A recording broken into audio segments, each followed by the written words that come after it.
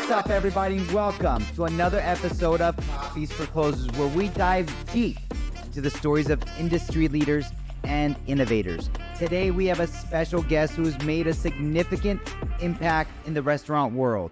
From blending Mexican, Brazilian, and Asian flavors to creating a unique dining experience, he's the co-founder of a beloved restaurant chain that started right here in Costa Mesa, California, and has grown internationally. He's not only a hyper-successful entrepreneur, he's also a dedicated community advocate supporting education, health, and many different environmental causes. Get ready to be inspired by the incredible journey of Wing Lam, co-founder of Wahoo's Fish Tacos. Great to be here, Joe. Always fun to tell the story of how an immigrant can do it, and so can you. I love it, Wing, and we bonded on that. You know, both immigrants and both founders of different companies, and you just happen to have a very, very successful, internationally known company. It's just been such a blessing to know you, get to hang out with you on a couple different occasions, and this is our first coffee date, so yes, it is. It kicks off well. I like to start the show off with all my guests with the same question, and that is, what is Wing Lam's morning routine? Morning routine. I wake up and I call it Old Dark 100. These days includes walking the dog, because they like to go out and pee before we go pee, right? But normally I'll either hit the gym or go surf, or sometimes when I'm lucky, I have enough for, time for both. Then I can make sure I get home in time to make breakfast for my little guy, Levi, and either take him to this now in the year, when it's summertime, I take him to the junior lifeguard, camp, or I'll take him to school. And then it's off to work and go make plans and see what we can do. Nice. What gym do you go to? I go to Equinox. Nice. We're actually going to have the founder of Equinox on in a couple weeks. So that'd be great. Great gym. He's coming on. Yeah, but that's a commute from the peninsula. No. In Newport, there's one in Huntington Beach. Okay, so you go just right down Just PCH. down the street, yeah. Nice. Beautiful gym. The Beautiful. new one in Huntington's stunning. Oh, yeah. You can see the oceans right there. Now, what I want to ask you, and you get this question asked a lot, like, first off, where did you get the concept for Wahoo's? Well, the idea is, when surfers, first get their permits, driver's license, before 9/11, it was much easier to drive across the border. So the first, quote unquote, surf trip you make outside of California back in the 70s, 80s, whatever, was across the border down to Mexico. And what happens when you surf? You get hungry, and what do you eat? Along the beach is mostly fish tacos. And the question was always, how come nobody does it here? And the answer pretty much is everybody loves to eat them. Nobody wants to make them. Yeah. No. So that was the inspiration. And the name Wahoo's, how did that The derive? name Wahoo's, my kid brother Mingo went to a wedding in Hawaii, and we were jockeying, we wanted to call the restaurant after a fish, like Dorado, Mahi-Mahi, Red Snapper. We were like every fish under the sun, marlins, whatever we can come up with. And nothing just sounded interesting and fun. My brother comes back and he goes, hey, what about we call it Onos, which is Hawaiian for everything is delicious. Yeah. And we're like, what a great idea. But just like in the Mexican version of Nova, I says, what if somebody says, instead of Ono, they says, oh no. I'm like, we're not going to go there, right? He goes, oh my God, you're right. If they put the accent on the wrong part of the word. And then it says, well, the other word for Ono is Wahoo. And I had never heard of it. But then they said, yeah, Wahoo. So I goes, oh my God, Wahoo's Fish Taco. What a great name. And this was way before Yahoo was around. So that's how the name came about. And we just actually, me and my son were fishing in Hawaii, and I didn't know the Wahoo, the Ono, is the fastest fish in the ocean. Yes, it is. It's the most sought after sport fishing game. To catch a tuna, mahi-mahi, all those are great. But if you catch a Wahoo, it's unbelievable. Yeah, we caught one. We were just trolling, so the boat caught one. Yeah. Like, no one really caught one, but the boat caught one because we were trolling quickly. Yeah.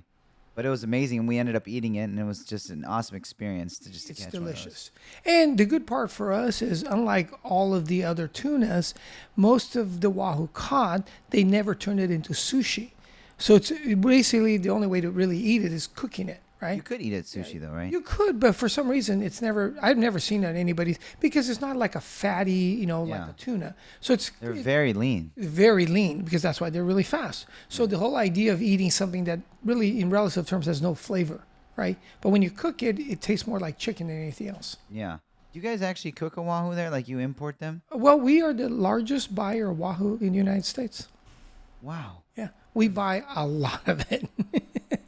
And that must be so expensive to import because they're the Hawaiian fish. Yeah, it's very, very expensive. We buy, as we know, futures in the fish. So before the boats ever leave the dock, we already bought it. So that's the only way we can afford to turn it into tacos, because we buy a lot of it and we buy, ahead of everybody else. And in relatively speaking, with the cost of fish right now, you guys have it's a great deal to eat at Wahoo's in comparison to anywhere else right now to eat fish. You're basically eating the filet mignon of tacos when you eat Wahoo's fish taco, because it's the most expensive cooked fish. Tuna's obviously, because depending on their size, could get much more expensive, but you're gonna get a quarter of an ounce in a bite, not 4 ounces filet. Yeah. So yeah, you get a great value by eating Wahoo's. Yeah, and it's still, I mean, and we talked about this with margin compression now. How are you coping with margin compression in a market where the food is the most expensive in the world? Right now, we were all scratching our heads trying to, nickel and dime our way out of this whole thing. But yeah, labor is going through the roof. Food cost is going through the roof. We just got a report on our salmon. Salmon count right now, just telling everybody out there, it's anywhere between 25 and 40% down production from last year harvest. So you're going to see prices in the next 2 to 3 months, go 25 to 40% higher. On salmon. On salmon. That's not good because we love salmon in my household. Yeah, so get ready. When you see it now, you remember, oh yeah, Wing was telling me back in August. That salmon's going to skyrocket. It's going to skyrocket, yeah. By the time this show airs on its normal cadence, people will be like, it already went up. It already went up, yeah. So what is salmon going to cost per pound? Well, if you right now, let's say it's $8 a pound, it'll about be 12. Where is it $8 a pound? I'm just saying, if it was 8, it'd be like 12. It all depends what you're buying. Yeah. Farm it would be different because they can control the farming. But again, farming is not necessarily the best thing to buy. But the wild caught stuff, which is what we use, we got reports today. It's down, so that means the price is going to go up. So you only use wild caught salmon at Wahoo's? Yeah, only wild caught. Farm? Not farm. Yeah. What if you pivoted to farm? Well, it's just I don't necessarily want to eat something that's farm, so I don't serve what I don't want to eat. Because I got to eat there every day. Because I do a lot of events. So I'm always testing the food. That's why I love our fish, because I can guarantee you nobody in the world is making fish tacos out of Wahoo. Yeah, you're right. You're right. It's just too high quality. It's high quality and it's very pricey. Let me ask you, just because this has always been a question and a debate between me and my wife. It's like, what's wrong with farm? It's not what's wrong, is what they feed them. So if you did it properly, like chickens, everything else, you're eating what they eat, right?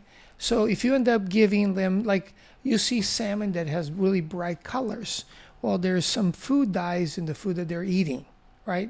Because salmon naturally isn't that bright, right? So texture, size, right? So like cows, right? If you want something, I hate to think about American came up with corn fed. Well, cows don't normally eat corn as a staple, right? Because it's sugar. So if you think about it, you're fattening up the cow. So think about production, right? The only cost involved in fish, chicken, any of the proteins we buy is the feed. So if you can get them as quickly as possible to bigger size, spending the least amount of possible, there's no harm, no foul if you're not the one eating it. So if I know what I'm eating, I'm like, I'd rather not eat that, because I know that they're not eating something that I wouldn't necessarily want to eat, right? That's amazing that you maintain that level of quality at scale amongst a national food chain. Yeah, it is not easy to do. I'm saying commodity-wise on the other side, like the beef, the chicken, the pork, we're all buying, relatively speaking, the same product, right? Because they're doing the best they can to kind of keep the prices down and all that. But on the fish side, I have the option. So I opt not to, go to any of the farm stuff. Now, the Wahoo's on Bristol, Yep. That's the first one? That's the third location. Where's the first one in Costa Mesa? Over by Hogue Hospital on the west side of Costa Mesa. That's the first one? Yeah, the little shack on the corner. Yeah, that's the first one. Wow. Yeah, Laguna was the second, and Bristol and Baker was the third. That's amazing. And now how many are there nationally? There are 52 locations and one in Japan. And at its peak, pre-COVID, how many were there? I believe there were 64 locations. So you lost only 12. About a dozen, yeah, about a dozen. And we talked about this briefly, but we could let the world know. How did COVID impact Wahoo's? Well, it was like everything else that was not listed on an essential. So I think supermarkets, gas stations, and something else were at the top.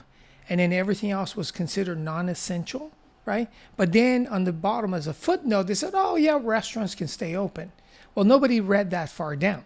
So on Wednesday, when they announced in California that everything was going to shut down, by Friday, 2 days, 85% of our business disappeared.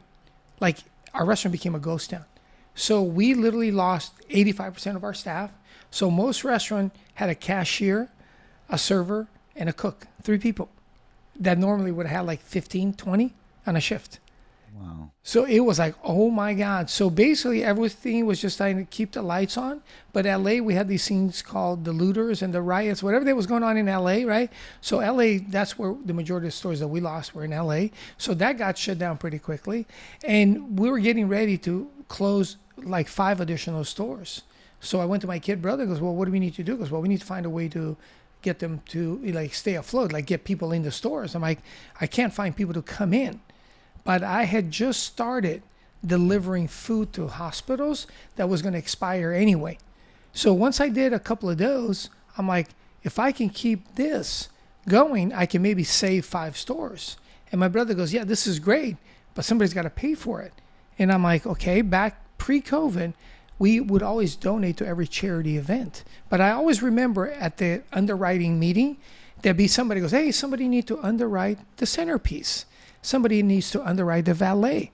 Somebody needs to underwrite the photographer. And I'm like, why are we always giving the food away? Why can't we be one of those items? So I asked all my charity friends, and I'm like, what do you need? Wayne goes, well, since all the galas, golf, everything got canceled, can I have some of that money so we can use for this? And they're like, sure, why not? And one of the first companies that you're going to laugh when your buddies, what do you call it, Loan Depot, was like, yeah, Tony Shea goes, we got money, and I didn't know that they were going to have their best year in 21 and 20, right? But they're like, yeah, we'll give you some money because you've been helping us. So I got a little bit of money. Bear Paint. Yeah, everybody's at home doing home improvements. They were flush with cash. The CFO and I went to, same fraternity together. He goes, we got a little bit of money. So all of these charity guys say, there's nothing else going on. And goes, what are you going to do? He goes, I just need to cover my costs so I can go deliver meals to the essential frontline workers. So I started going to hospitals, police, fire. So I didn't make money, but I kept the lights on, and I was able to save 5 stores. That's so awesome. I created this movement, and somebody says, well, how can we be a part of it? I goes, well, you can either come with me, donate money, or if you have a service. So Monster Energy Drink gave me all the drinks. Hint Water gave me all the waters. Monster, Yogurtland gave me all the yogurts. Cliff Bar gave me all their bars. And then I had treats, dessert, drinks, and burritos to take to all these frontliners. And then the people that didn't have a product goes, well, can you give me a little bit of money? And they all said, sure.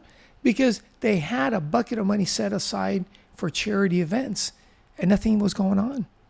So 4 years later, we're still doing it because now instead of going to a hospital, which we still do during, like, say, prostate, breast cancer, all these different national times that we celebrate, the people that take care of us. But we'll go to Ronald McDonald House, we'll go to CASA, we'll go to all these local charities and say, hey, how can we help you take care of your volunteers? So the movement is there, and, we find money, people that have money that say, hey, can we take our kids and go with you? Well, yeah, bring them. So that's what we do. We go out. How often do you guys do that? We do it like once or twice a week. We do Red's Lives at least once a week. So I'm going to get... You're going out on these charities? I go out, yeah. Like, we'd love to get our company involved. Yeah, we'll get you guys to help us out and go. And your people will be like backpack drives, school supplies, computer monitors. We'll get the equipment, and when we deliver, we bring food, treats to the kids. And your people have us do all of it because nobody's getting paid.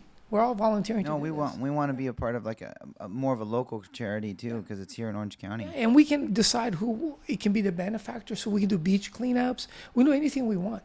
So we created this, instead of just being Wahoo's, we created this movement called the California Love Drop. And we have great partners KTLA, the news people help us.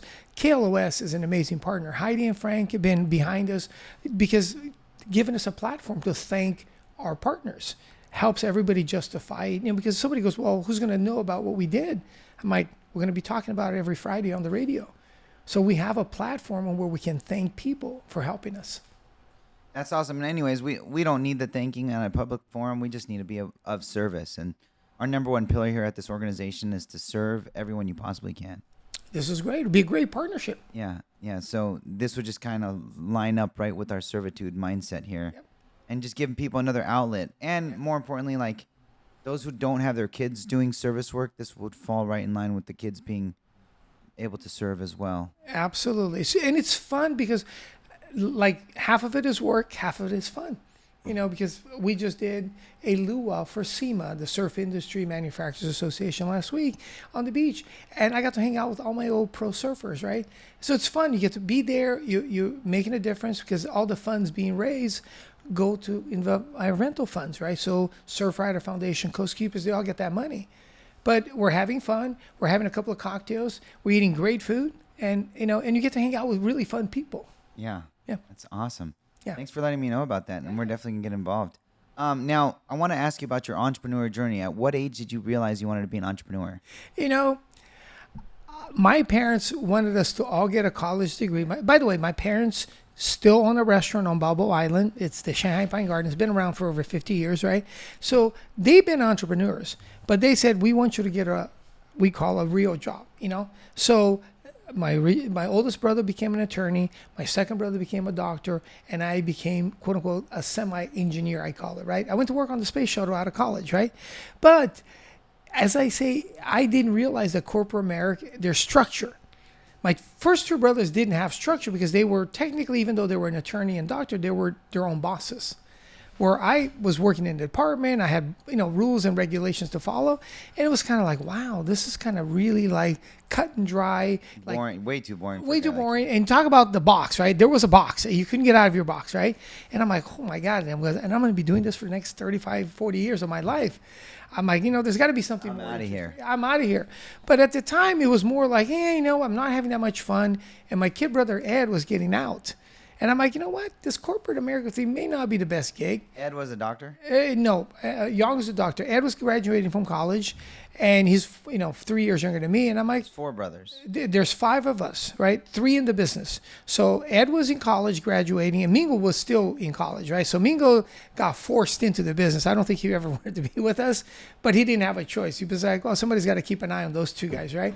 So Mingo kind of come in, and it's been a pretty good journey for him, right? But Mingo didn't necessarily want to be here. He was getting ready to go to law school. And my brother that had the law office goes, you guys should all come here. And we were I had taken the LSTAT and I was thinking about it. But then after my little, experience at corporate, I go, I don't know if I want to be wearing a suit all the time. And I goes, Ed, what do you think? And Ed goes, you know what? Why don't we do something more related to the action sports? So we sat around and goes, okay, we literally wrote everything on a napkin. And goes, you know what? I think we can do this. And we borrowed a little bit of money from my mom and dad, and we started Wahoo's in Costa Mesa. And literally no plan other than to have a place that he and I could go to work. The problem is there's not enough money in one restaurant for 2 people. And all of a sudden, we go, well, maybe we should get a second one, right? So we can split it. And then all of a sudden, we go, well, maybe we should get 3, so the 3 of us. And then the rest kind of like took a life of its own. We just started opening more, That's awesome. How many states is Wahoo's in? We're, I think, 4 states right now, and outside of Japan, we have 1 international. Yeah. And any plans to grow like in every single state? We've gone back and forth. At one point, we had more states. The problem is, like, say, COVID, operators that didn't necessarily follow the rule. So I'm going to tell everybody, don't get into, I call food manual labor thing if you're going to be an absentee owner. Because I think typically, a lot of franchises there that don't necessarily have to cook everything from scratch, those are relatively easy to run because there's manuals and you literally press buttons. It's 2 minutes, 1 minute. It's relatively like, cut bags and, take out of the freezer, whatever. I'm not putting it down, but that's the system, right? It's relatively, easy to run. Yeah, I can't imagine the complexity of a Wahoo's. But we make fresh salsa. We make a lot of stuff from scratch. So again, it's not like the tomatoes and the salsa come in a bag. I mean, there's fresh tomatoes. You got to cut them. You got to dice them. Green onions, all that, and you mix it together. That's how you make pico de gallo. So part of it is our own fault because we chose to make everything from scratch. But part of it is the reason why we're successful because people realize that we make good food. easy, good food, right? So you got to take the two, right? You can't scale good like that. You can't scale, and then you can't buy that many Wahoos anyway. Yeah. So part of us is like, okay, I wish we would have made things easier, you know. And again, of all the proteins you can screw up, fish is at the top of that list. 30 seconds in, that thing's overdone, right? So everything that we do, especially a Wahoo. yeah, it's the hardest fish, the hardest salsa, everything. So if we made cooked salsas, things that you know, like you see in the salsa bars, those, relatively speaking, you can bag them because it's all cooked. But fresh stuff like guacamole, all that, it needs to be done when you make it because it turns in like half of the day, it's gone, right? So that's part of the give and take. You know, if you want to keep fresh, you got to make things literally, twice a day, 3 times a day, right? So there's a lot to it, and that's again part of what I love what we do, part about what I hate what we do, because I go, oh my God, I can't believe you screwed up. And then I realize, hey, I'm asking a kid to cook something that I've been cooking for 36 years, right? So give him a little break, let him feel it out, and then he'll learn how to cook it. Let me ask you, because you're an immigrant and I'm an immigrant, and when you go outside of the immigrant trajectory, which is what your first 2 brothers were, Yeah. just doctor, lawyer, and that's what every immigrant wants for their kid. Yep. And you're like, Mom, Dad, I'm going to start my own business. Not only that, I'm going to enter the restaurant business, which you're in, which you probably hate. Yeah. Yeah. How did they take that? They didn't like it at all because their whole thing was, we didn't send you guys to go to college, get a degree, and come back and work with your hands. That's what they consider a restaurant, working with your hands, not your mind. But it took a while. But 13 years into the business, literally 13 years, it was the year 2000, right? We opened in 88, and we ended up in a commercial for Merrill Lynch, a national commercial. And my mom and dad are in the commercial with us. It was about a small business and what do you do? And the American dream, right? So here we are making tacos, a bunch of Asian kids from Brazil. And the entire Asian community goes, we used to make fun of your kids because they realize that they're Chinese born, whatever, but they're in Brazil, whatever, that they're not supposed to be making tacos, they're supposed to be making Chinese food. And now we are in a national commercial. And my mom and dad are in it. And the best part, we all got paid to be in it. Like we all got like $20,000 to talk about what we did, and literally put us on the map because it was one at the time, I believe, one of the first brands out of Orange County to be in a commercial of any sort that was on a national basis. And this is before, at the beginning, I called the Food Network and all that.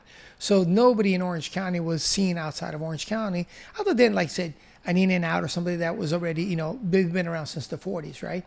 But we're talking outside of In-N-Out and Carl's Jr., both that were been around for a long time. Nobody knew about any really other brands from Orange County.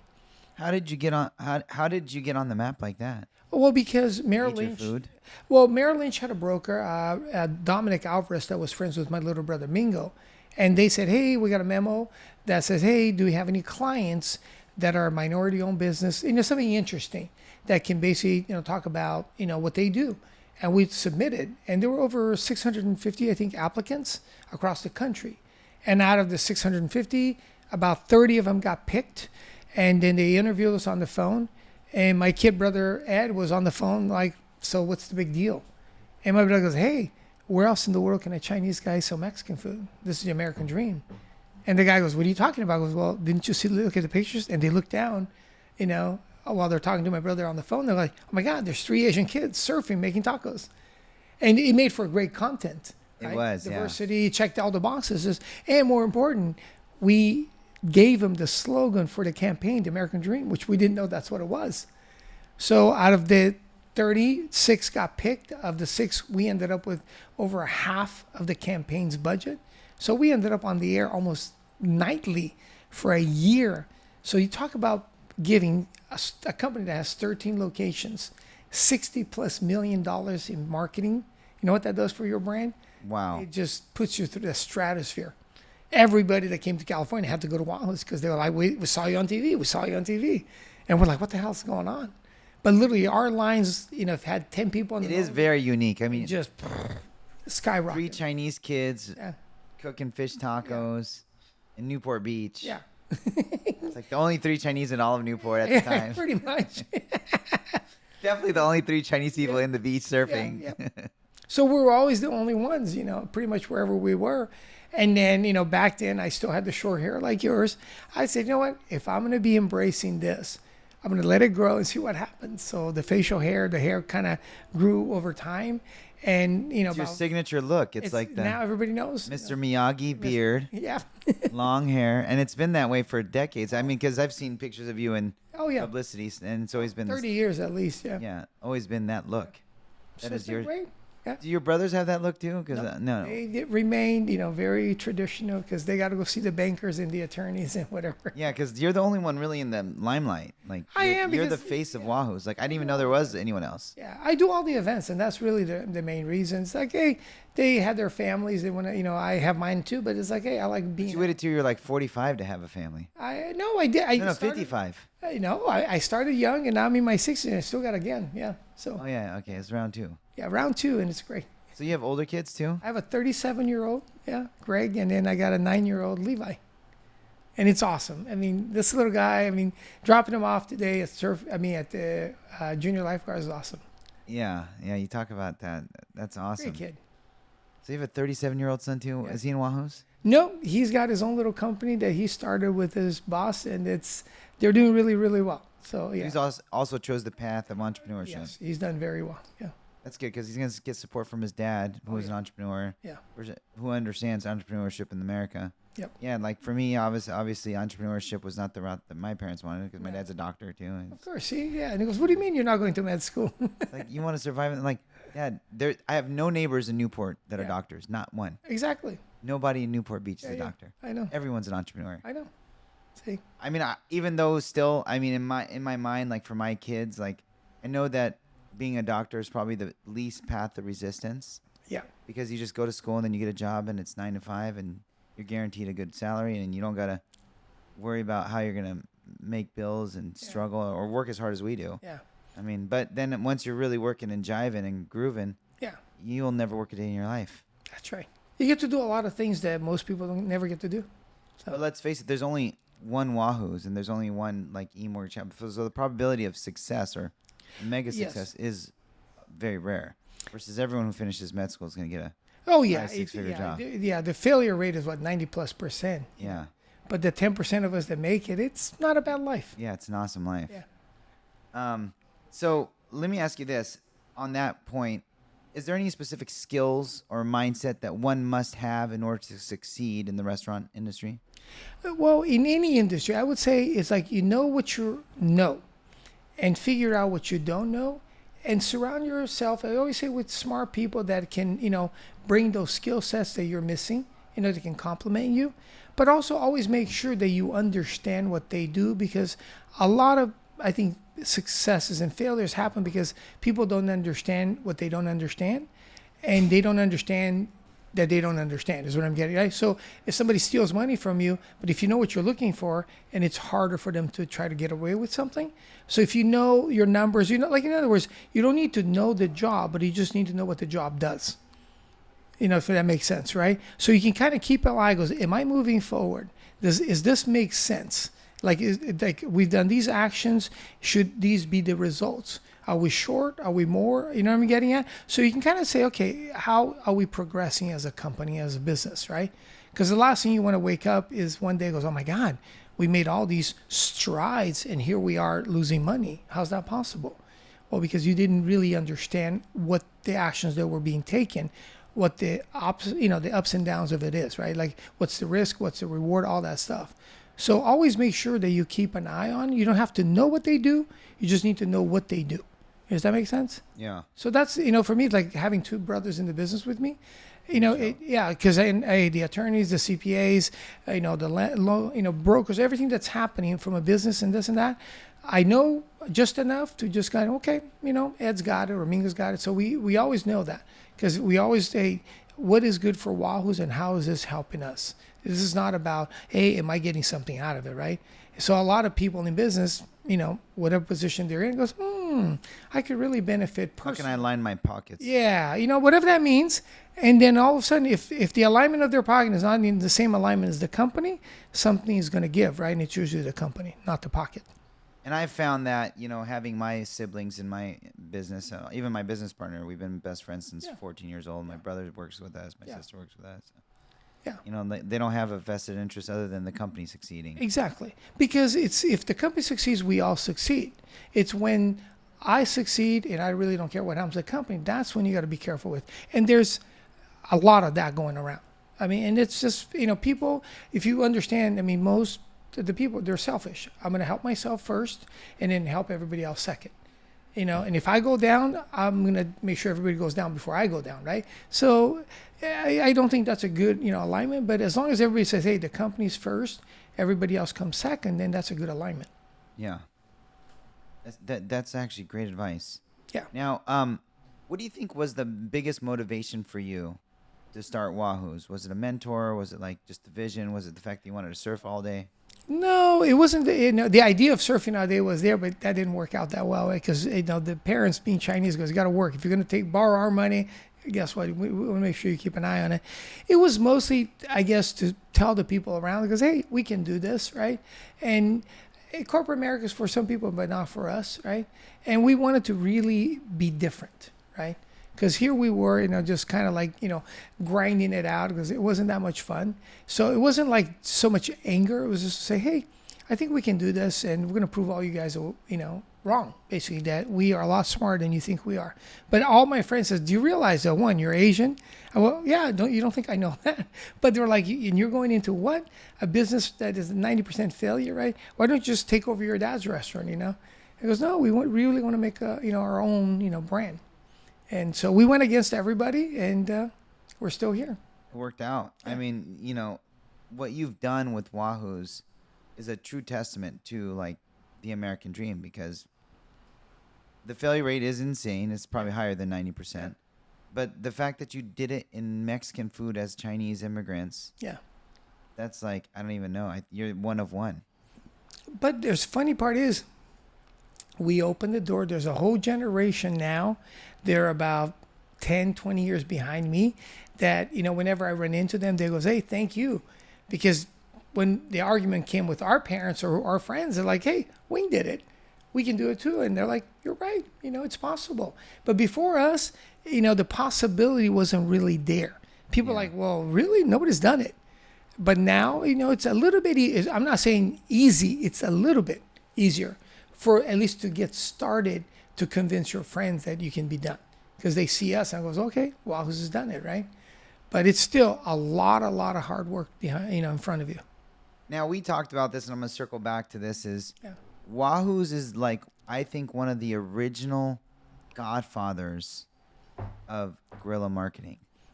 Oh, The way I knew about Wahoo's as a kid was from Ed Rock the Mullet. Yep. And Wahoo's taco flyers were, stickers were everywhere. Yes. Everywhere you parked your car was a Wahoo's sticker. Yep. Especially at the beach. Yep. You couldn't go anywhere in Newport Beach, Huntington Beach, anywhere without seeing Wahoo's. Yeah. On everything. Yep. Stop signs. Yep. And you guys started that. Well, we piggyback on the surf industry, right? So the original guy, Dan Flecky, owned a company called Flecky Silkscreen. So, and then he went on to start Black Flies. Yeah. But back when he started, he came into the restaurant, and being a kid, I'm like, oh my God, we'd love to get some stickers. And stickers, by the way, are not cheap. But Dan goes, well, I'll make it so we can make it for you guys. So what I'll do is when I have a sticker sheet, I'll throw in a couple on the end, basically for you guys. So we just, had a few, right? And eventually when they started Black Flies, they were making a lot more stickers. And then they was, well, we'll make a whole sheet for you guys and we'll just trade. So it became affordable for us because they're not cheap again. Because remember, you can't just buy one sticker in a sheet. There'd be like 30 slots, right? And 30 times 100 sheets, whatever. It's a lot of stickers. So we basically said, well, what are we going to do? I was, well, we're going to do a lot of events for Black Flies so we can trade for stickers, right? So it was our way of doing it. And the more we traded, the more parties they started having, the more stickers we would get. And this cycle just kept going, right? So it was like this unlimited amount of stickers forever. Now, I mean, we do spend a little money buying it because Flecky no longer has, screen But printing. you're also not doing guerrilla marketing as much. Yeah, not as much because when you're small, it's easier not to get caught. Yeah, now you see a Wahoo's taco Yeah.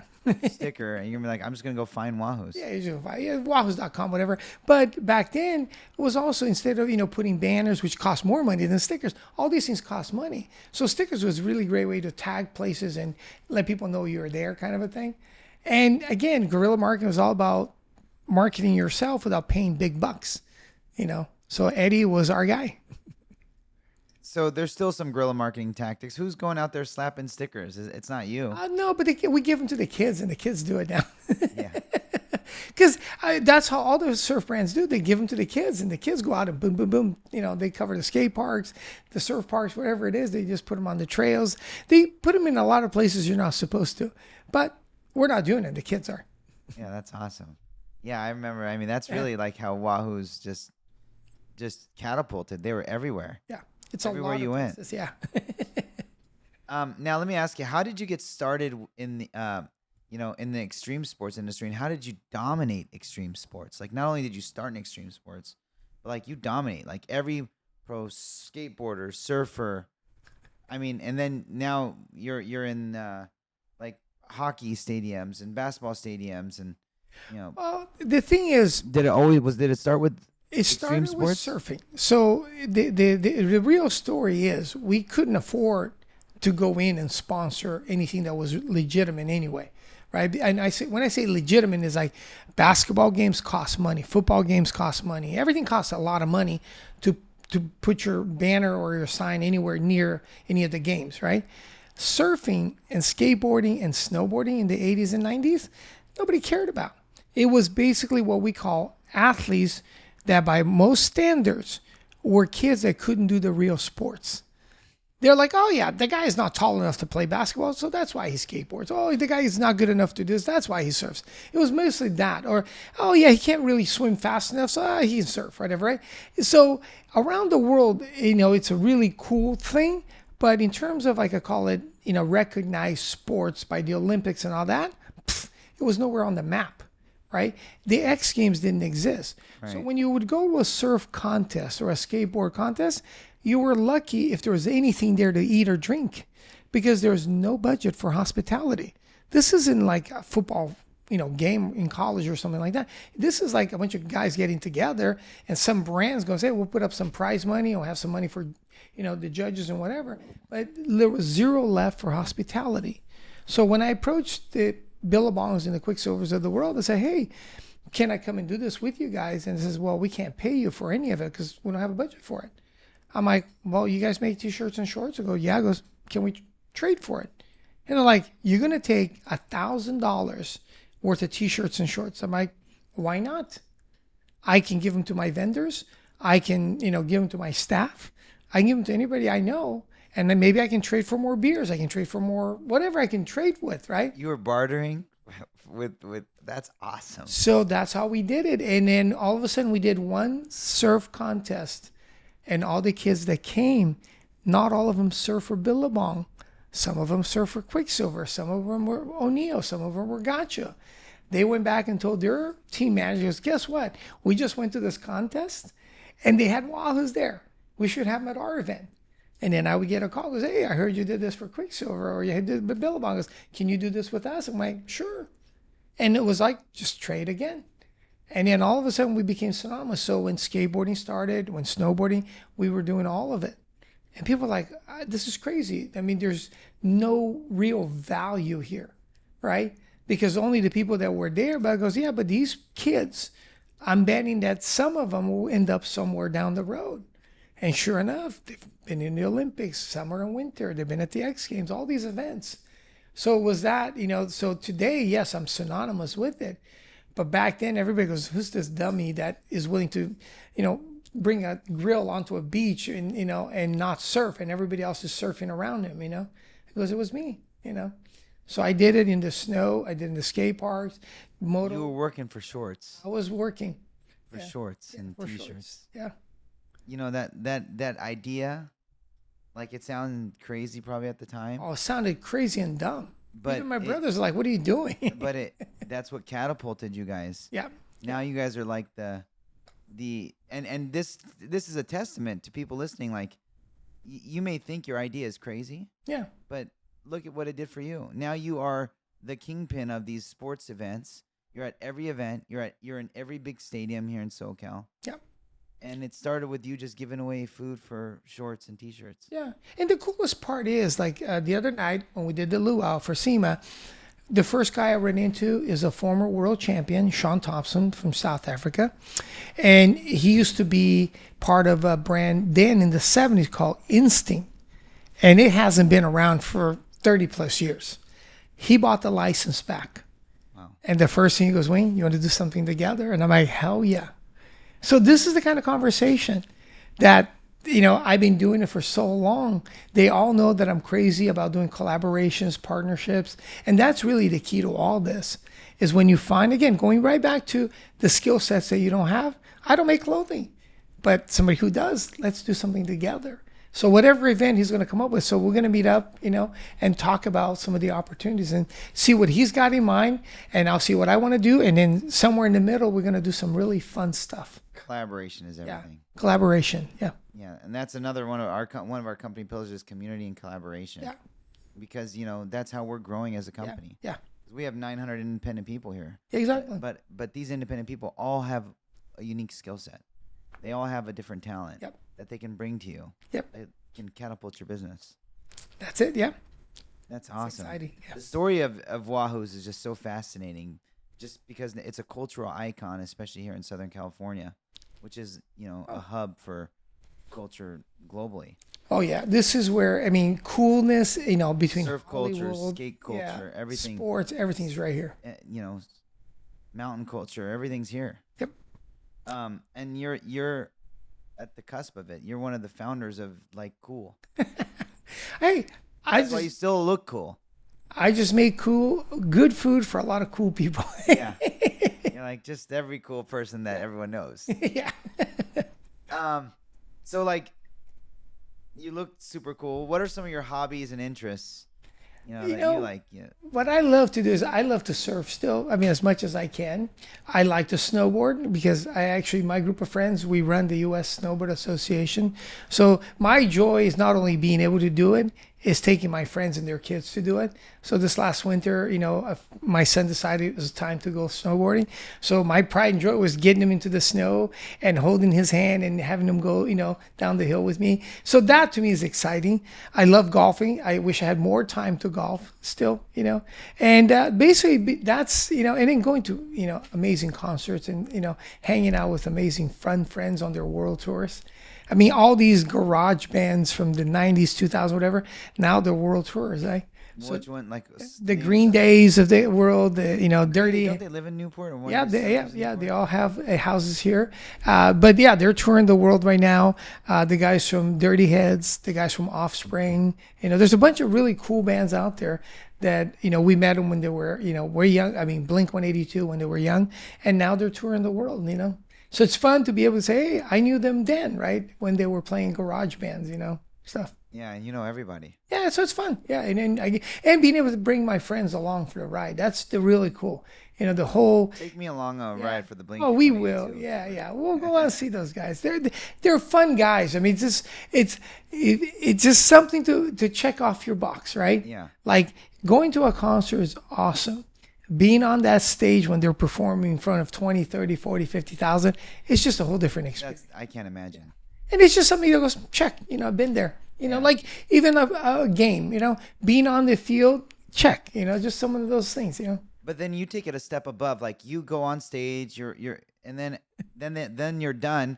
Then you go backstage, and now you're cooking them food, and then you're putting a smile on their face and their kid's face. Yeah, and that's the real fun. Yeah, and that's the joy right there. There's so much joy in feeding someone. Yes, there is. And again, it's breaking bread together. It's super fun. It's just something that goes since the beginning of time. Yep. And when you break bread together, it's just there's so much associated with that joy. Absolutely. Especially when you're the one preparing it, serving it, and you're seeing the smile on their face. Oh yeah, a lot of fun. Like I said, like at the Summer X Games, they're eating and then they're going out and competing. They come back with a gold medal. And you're like, well, thank you, you know. Thanks. I won this gold medal because you put a smile on my face. That's right. No problem. Yeah. I got you. I got you. Next time, I'll get another one. Yes. Yeah. So what is I'm gonna ask some cool mantras you like to live by. Sure. So what's your favorite quote? You know, the quote is more of like the only book I remember to this day is Siddhartha Gautama. It's about I call it a monk, right? That spends his life searching for the meaning of life, right? And at the end of the book, the monk, he's in his deathbed and one of the other guy comes and goes, dude, I spent my whole life searching and I never really, found it. He goes, that's right. Instead of living it, you spend your life looking. And I'm like, because so many people are not happy until, right? Instead of being happy with what they have, they're always saying, well, I'm only going to be happy when I get this. And when you get it, you're like, now I'm only going to be happy when I get that. So it's okay to want it. So the thing is, enjoy the moment while you're searching for, aspiring, whatever it is next. But enjoy it now as well. And most people don't enjoy the moment. That's, I think, the biggest thing. Because they're only if. I'm like, well, if that if never happens, you're never going to be happy, right?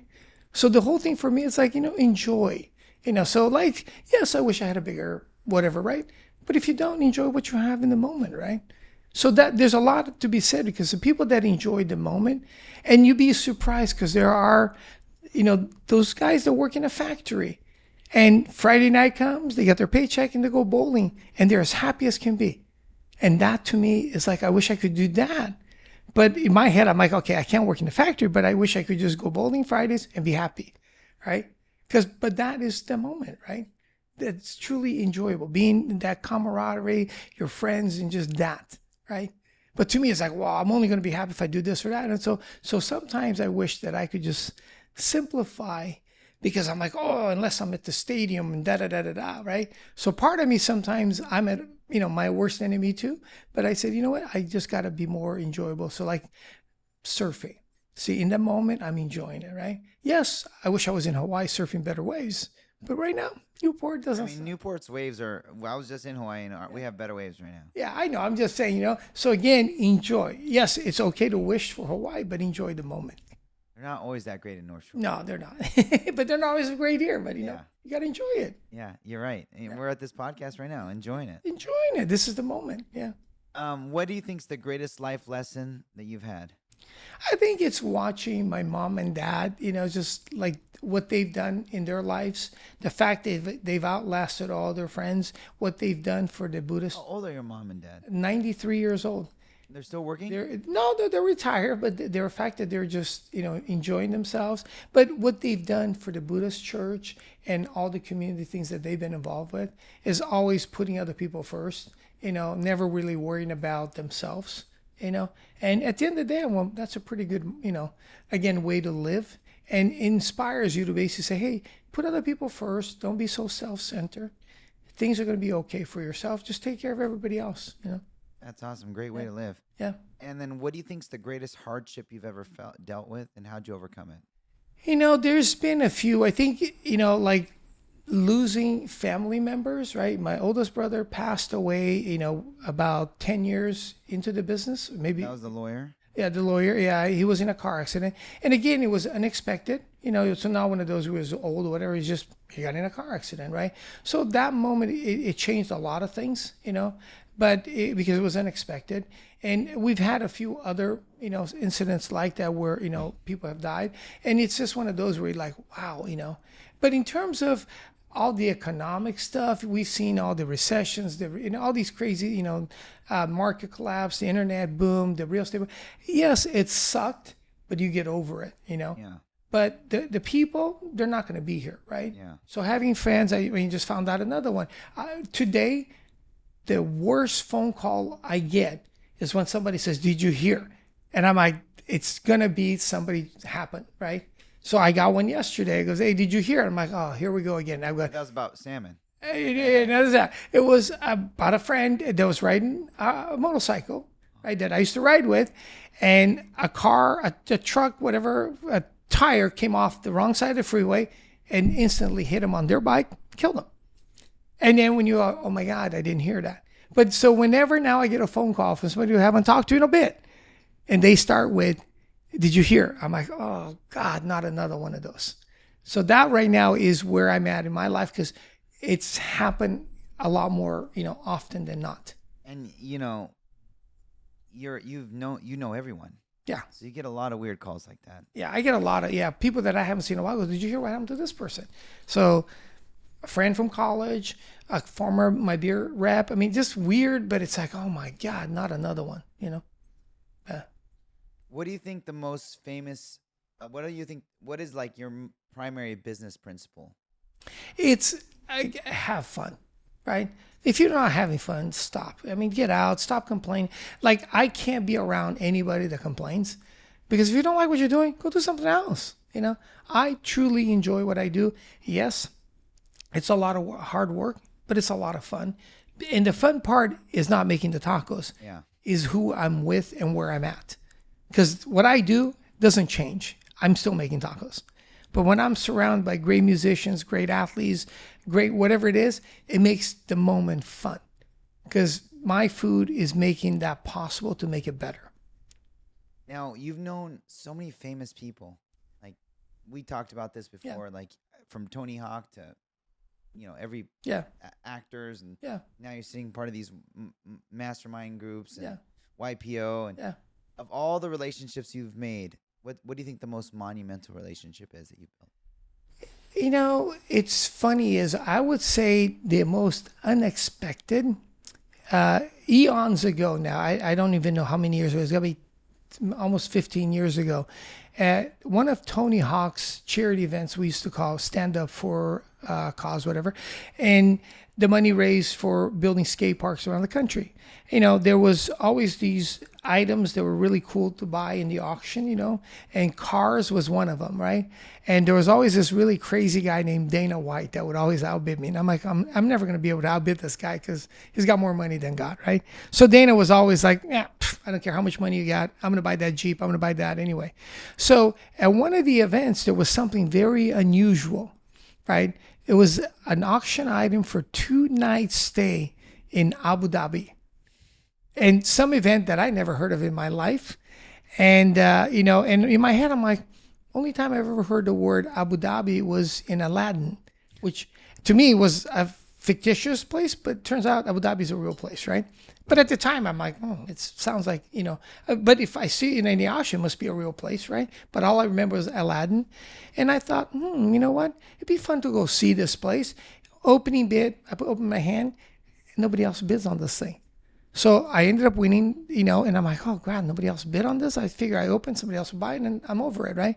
So I go back to my girlfriend and, my wife now, Kelly, and says, guess what? We're going to go to Abu Dhabi. And she goes, what? And at the time, that movie had just come out, Sex and the City 2, where they go to, I think, Abu Dhabi or Dubai, whatever, right? And I thought, hey, 2 nights at this 7-star hotel would be kind of fun.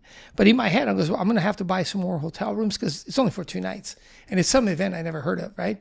Well, it turns out that the event, again, when you have faith in whatever, so turns out Tony Hawk was one of the 3 U.S. ambassadors to this organization. It's worldwide, called L'Oreals.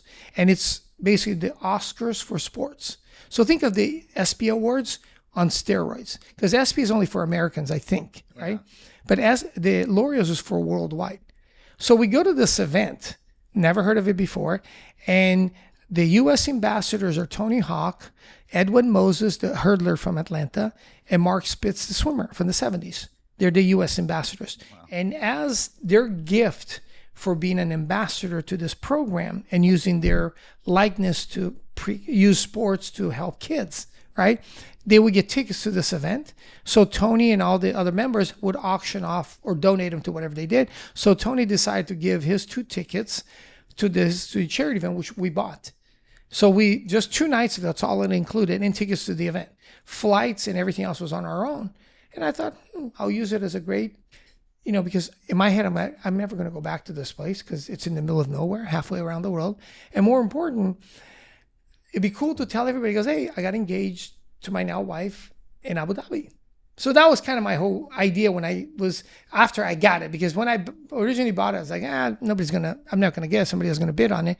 So then I do a little more digging, and then sure enough, we get there, and we're at the night before reception, and it's freaking amazing. It's a yacht club right above the Ferrari World in whatever, Dubai, Abu Dhabi, whatever we were. And I'm like, this is crazy. And we see the program, and there it is, the athletes and the teams that are nominated for different categories. Now we're finding out what we're in for, right? On the extreme athlete category, individual, there was Shaun White for snowboarding, because I think he had just either won the first or second snowboarding thing. There was one of the Hoffman guys for BMX. There was a world surfing champion, kite surfing, for windsurfing from Spain. And there was Kelly Slater and something else. So I'm like, oh, this is really cool. Maybe we'll see Kelly here, right? But at that reception, we're sitting down with this guy from Spain who was like 24 years old, really good looking kid. And I look at his sail and it had the Quicksilver logo. So I'm making small talk. I goes, hey, you're sponsored by Quicksilver. We're from California. We know Bob McKnight, da-da-da. And the guy looks at us like, whatever, right? You know, one of those, like, you're just dropping names like you really know anything, right? Of course you know Quicksilver because they're California based. And so he gives us this brush off. And as he does this, Kelly Slater's walking by, stops right above us, goes, Wayne, what are you doing here? He goes, well, we're here with Tony. Ba, ba, ba, ba, ba. You know, congratulations on your nomination. He goes, well, I'll see you tomorrow night. And he goes, okay, see you later. And he keeps going. And the Spaniard goes, oh my God, you know Kelly? He goes, I just told you, Kelly Slater, sponsored by Quicksilver. You're sponsored by Quicksilver, right? And then they changed, the narrative. He goes, oh my God. So he started being really nice. And I'm like, whatever, right? So Kelly Slater ends up winning the award because he had just won the 10th world title. Yeah. So he wins the next night at this award. Rafael Nadal won for tennis. The Spain soccer team that just won the World Cup. So all these amazing athletes are there, golfers, tennis. I mean, everything's represented. And I'm trying to, plan this, camel ride engagement. The problem is they built this huge tent on the beach at the hotel, and the camels, I couldn't find them. So I'm like, all day long going, what the hell? My whole plan of getting engaged with a camel on the beach in the Gulf of Persia, whatever, it's all gone. And then, so we ended up waiting until the end of the night when we're back, in our hotel room on the balcony under the moon. And that's when I proposed her. But that was not the idea. The idea was that we're going to do it with a camel, blah, blah, blah. She's going to get on it. I'm going to do all this. Camel's gone. Everything's gone. But we had an amazing trip. And we ended up going to 2 more of these because Tony then auctioned it, one to England and one to Malaysia. And we went to all 3 of those. Amazing people, because it turns out that, again, growing up in Brazil, Pele I had already met, but Emerson Fittipaldi, Formula One driver, was another kid that I idolized in the 70s. He was the Brazilian ambassador to this. I became friends with Emerson. Wow. So imagine as a 10-year-old watching this guy win Formula One and now being able to hang out with the guy that you grew up with, right? All from that event. All from that event, yeah. So we ended up going to, and everybody else had asked, goes, oh, you don't want to bid on this. It's not that good. And we would buy it and we go to another one. That was a great event. But we met amazing athletes. So take that, Dana White. Yeah. You got all the cars, but I got to go to, Abu Dhabi. And then a couple last questions. What is a personal goal that you have for yourself, a goal that you have for Wahoos, and a goal that you have for your family? For myself, I still like to go heliboarding one of these days. I've been many times, I just haven't had the time. So one of these days, I'm going to go heliboarding and or surf somewhere in Tahiti, right, where they just had the Olympics, somewhere down there. Right? So those are my 2 things that one day I like to do it before I'm too old to enjoy it. For the business, it'd be nice to be able to come up with I call it a system where we can finally get out of this whole COVID and get back to, real profitability, and basically leave a nice legacy behind, for the next generation to do, whatever that means, but selling, not necessarily, top of our mind, but just leave something behind, right? And for a family, it's just us being able to really enjoy, our time together. And just, I joke with my wife because, hey, whatever makes you happy, I'm going to go try to my very best to do. And I make a point of like, hey, searching and doing things. But the one thing left on my wife's bucket list that I haven't been able to do, I'm going to do one of these days, is for her to meet Eddie Vedder. Everybody else already checked off. Everybody says, I go to meet, I go, boom, I found a way. Eddie Vedder live now? Eddie Vedder, I think somewhere up there, Washington, Oregon, somewhere up there, yeah. But one of these days, she'll meet him. But I already met him, over the years because he's involved with Surfrider. But, the other guys that were on her original list, new list, there's another guy, Post Malone. So I'm going to figure that one out too. But the other guys, the reason is they've all been involved with Surfrider. So Perry Farrell was involved with Surfrider. Ben Harper was involved. Jack Johnson. So all the guys that have given back to the ocean causes, at one of the events, we've all been around together. So I've been able to introduce them to whatever. I've done events with almost all of them. And one of these days, Eddie will be the guy that will say, hey, we'll check that off the list. Yeah. I mean, I'd love to meet Kelly Slater, so if you can make an introduction. Kelly's it'd be easy. We just got to find out where he's going to be next, and that's easy. Then maybe I'll get him on the show. Yeah, we'll get him on the show. Yeah, we'll try. Hey, you never know. Yeah, you never know. Yeah. I'm coming for you, Kelly. Yeah. And then what my last question I like to ask everybody is, when you're in front of the pearly gates, yeah, what do you think God's going to tell you? Hopefully, Dad, I did okay, took care of everybody around me, and I should be able to go in. You know what? I know you for sure have. You've been a servant at heart. You always give back. You give back to everybody. You started your whole business on the premise of giving. So God bless you and your family. I wish you much abundance. I hope you hit every goal that you have. Hope Eddie Vedder comes and eats at a Wahoo's very, very soon. Yes. So you check that off the bucket list. Thank you for everything that you do. Thank you for the show. And if anyone wants to connect with you, how can they find you, especially if they want to get involved with your charities? Just look me up at Wahoo's Wing on Instagram or on LinkedIn, Wing Lamb, and they can find me. Boom. Thanks so much, Wing. Thanks for coming on the show today. We appreciate you. Wahoo's Fish Tacos, everybody. Wing Lamb, co-founder, the genius, the face behind Wahoo's Fish Tacos. Thanks for tuning in.